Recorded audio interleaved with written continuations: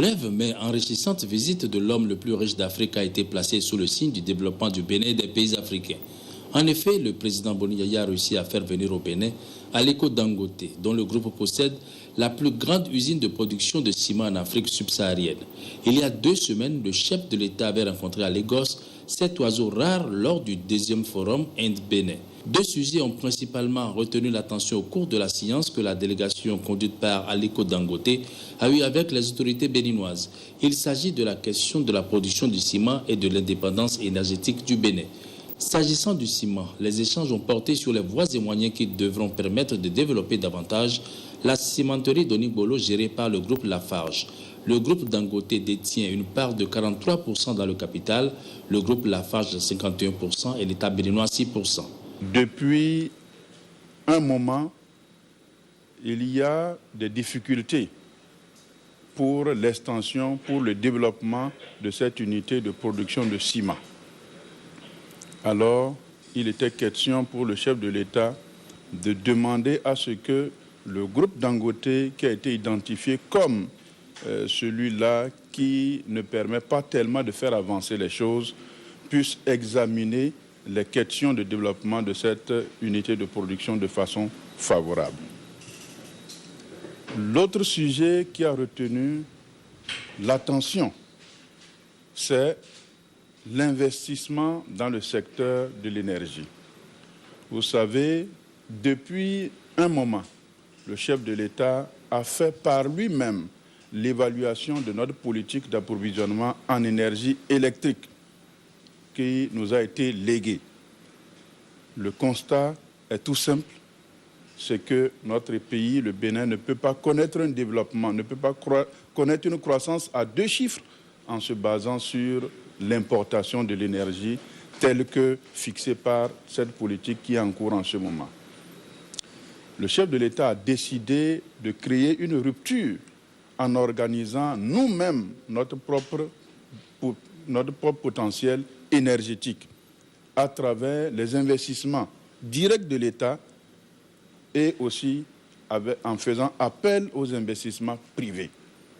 Alors la visite de Dangote aujourd'hui vient nous réconforter dans cette politique-là, puisqu'il a décidé de faire construire au Bénin une centrale thermique de 200 mégawatts et a déclaré que cela va coûter à peu près 300 millions de dollars, soit 150 milliards de CFA. Et cette décision qui est prise a été consacrée par un mémorandum d'entente que nous avons eu à signer. Et le groupe Dangote déclare que dans 2 semaines au plus tard, ils reviendront en vue de finaliser les négociations qui permettront de construire le plus rapidement que possible cette centrale thermique. Je pense que cette décision d'un investisseur africain, que nous pouvons qualifier d'un investisseur béninois, puisqu'il est juste à côté ici, il a fait 16 minutes de vol de Lagos à ici, il considère que le Bénin, c'est chez lui. Cette décision, vous le savez très bien, doit être applaudie. Doit être applaudie parce que nous sommes sûrs que ce que nous décidons de faire chez nous-mêmes, cela se réalisera très vite. Et nous espérons qu'avec cette décision du PDG de Dangote, du groupe Dangote, bientôt, cette centrale de 200 mégawatts à bas du charbon sera une réalité. Je ne vais pas oublier tout dernièrement aussi le MOU qui a été signé avec les Indiens pour la construction d'une centrale thermique encore de 300 mégawatts. Nous le répétons, il y aura jamais de mévente en matière d'énergie. Toute l'énergie produite sera bel et bien consommée. L'énergie constitue le soubassement même de la création de l'emploi. Le soubassement. Le groupe Dangote, à lui seul, au Nigeria, dispose de 600 mégawatts pour son autoconsommation. 600 mégawatts pour son autoconsommation. Et au niveau de toutes ces unités de l'Afrique, il dispose de 2000 mégawatts pour son autoconsommation. la construction d'une centrale thermique de 300 MW dont le coût peut avoisiner 300 millions de dollars n'est pas une contrainte. Le PDG du groupe Dangote l'a déclaré après la signature du mémorandum d'entente pour la construction de cette centrale thermique de 300 MW. Le mémorandum d'entente que nous venons de signer entre la République du Bénin à travers son ministre de l'Énergie et l'ingénieur Mokojou du groupe Dangote va nous permettre d'accélérer le développement du Bénin. Nous nous engageons pour la construction d'une centrale de 200 MW et nous allons travailler sur le dossier de façon très sérieuse. En fait, ce n'est qu'une affaire de 300 millions de dollars. Nous allons nous y pencher sérieusement. L'ambassadeur Mokojou va mobiliser son équipe et puis nous allons nous rencontrer à Cotonou dans les deux semaines à venir et nous allons continuer à voir comment nous pouvons travailler ensemble pour accélérer ce projet. Le président Boni Yayi, qui s'exprimait en anglais, a quant à lui souligné les nombreux traits communs au Bénin et au Nigeria. C'est pourquoi, selon le chef de l'État, le Bénin et le Nigeria sont tenus de se tenir la main dans la main. La meilleure voie pour les deux pays, a conclu le chef de l'État, est qu'ils travaillent et concrétisent ensemble des projets, qu'ils renforcent leur partenariat pour le bien-être de leur population. C'est ce que vise justement le rapprochement entre le Nigérian Aliko Dangote et le Bénin. Le même registre, Aliko Dangote a été élevé au grade de commandeur de l'Ordre national du Bénin.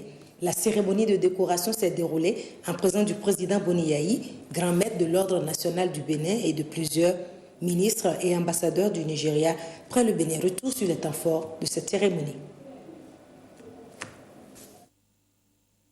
C'est au regard de son palmarès de grand investisseur dans plusieurs pays africains que le président Boni Yayi a élevé au rang de commandeur dans l'Ordre national du Bénin Aliko Dangote, président directeur général de Dangote Group.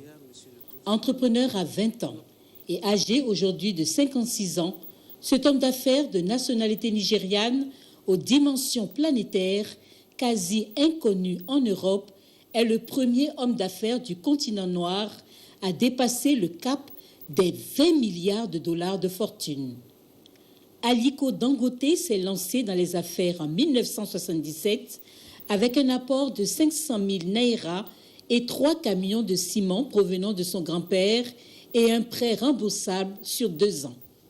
Après avoir fait fortune dans le ciment, puis s'être diversifié dans l'agroalimentaire, l'industrie, l'immobilier, le textile, le secteur bancaire, les opérations portuaires et les transports avec une compagnie aérienne, l'homme le plus riche d'Afrique subsaharienne veut investir aujourd'hui dans l'énergie. Ses activités s'étendent dans les pays voisins tels que le Ghana, le Togo et le Bénin. Le Bénin vous félicite et vous invite à savoir que ces portes vous sont grandement ouvertes pour le futur de vos investissements. Recevez, M. Dangote, au nom du président de la République, grand maître de l'ordre, et à mon nom personnel, nos vives et chaleureuses félicitations.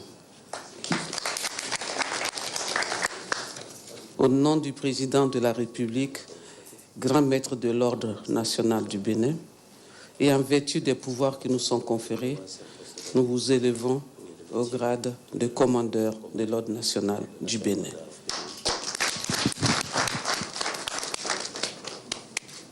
Je me considère comme un fils du Bénin, a laissé entendre le président directeur général de Dangote Group, qui témoigne toute sa reconnaissance au président Boni Yayi pour cette distinction qui lui a été accordée. Monsieur le Président, c'est un grand honneur que vous me faites aujourd'hui en me considérant comme un fils du pays, un fils du Bénin. Monsieur le Président, vous venez de mettre sur ma tête un lourd fardeau, Monsieur le Président. Je ne suis pas venu seulement visiter le Bénin, mais je suis venu pour y rester. Je peux vous rassurer que nous allons entrer en partenariat avec vous pour développer ensemble notre pays, le Bénin. Et, Monsieur le Président, je suis très heureux de tout ce que vous faites pour le bien-être du peuple béninois, des peuples de la CEDEAO, des peuples de l'Union africaine. Et votre sérieux mérite que nous autres du secteur privé, nous jouions jouer également notre rôle et que nous fassions de votre vision et de vos rêves une réalité. Nous allons le faire. Mon équipe et moi-même allons travailler ensemble pour que le Bénin vraiment se développe. Monsieur le Président, nous faisons partie intégrante du Bénin à partir d'aujourd'hui. Comme déjà même Abuja est plus loin que le Bénin de Lagos, je crois qu'il est plus facile pour moi de venir ici pour vous raconter et discuter ensemble. Je vous dis, je m'engage aujourd'hui à vous écouter. Tout ce que vous avez comme projet, venez nous en parler, nous allons l'examiner. Si c'est bancable, nous allons nous y mettre et vraiment le mettre en œuvre. Merci beaucoup. Fier du parcours de l'homme d'affaires nigérian, le président Boni Yayi, en lui remettant des présents, l'a félicité pour l'honneur qu'il fait au continent africain.